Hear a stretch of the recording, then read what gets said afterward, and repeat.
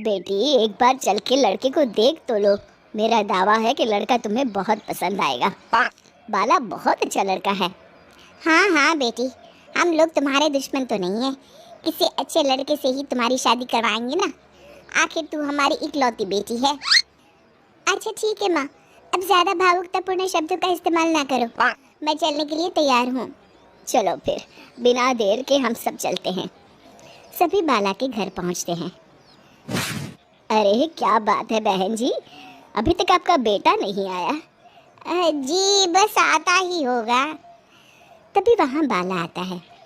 लो जी, आ गया मेरा बेटा। ये लोग तुझे देखने आए हैं और ये इनकी बेटी नम्रता है। बाला के सर पर बिल्कुल बाल नहीं होते। ये देख नम्रता और उसके परिवार वालों की आंखें फटी की फटी रह जाती है। ये तो टकला है। हे भगवान, माँ पिताजी, आप दोनों एक टकले से मेरी शादी करवाने वाले थे।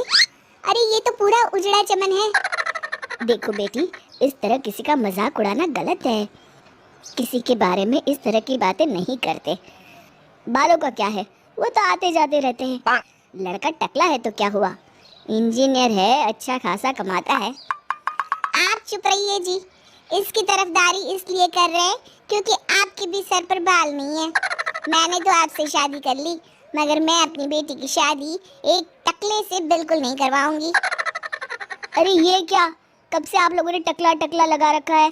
और माफ करना, तुम भी कोई हूर की परी नहीं हो।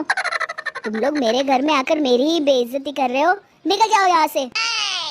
हाँ हाँ तो जा रहे हैं ना, हमें भी यहाँ रुकने का कोई शौक नहीं है। नम्रता और उसके परिवार वाले उठकर वहाँ से जाने लगते हैं।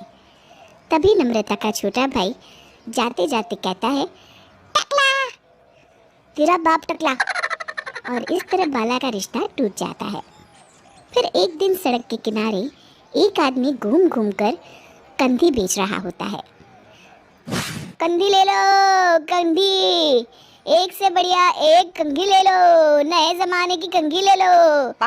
अरे भाई ये ले लो। घूमते घूमते वो बाला के पास पहुंच जाता है। अरे भाई साहब, कंधी लोगे क्या? ये लो। तभी उसकी नज़र बाला के सर के ऊपर पड़ती है। अरे माफ़ करना भाई साहब, आप इसे लेकर क्या करोगे? आपके सर पर तो बाल ही नहीं है। आपका तो स्टेडियम पूरा खाली है। चलता हूँ। कंधी ले लो, कंधी ले लो। कंधी वाले की बातें सुनकर बाला को बुरा लगता है।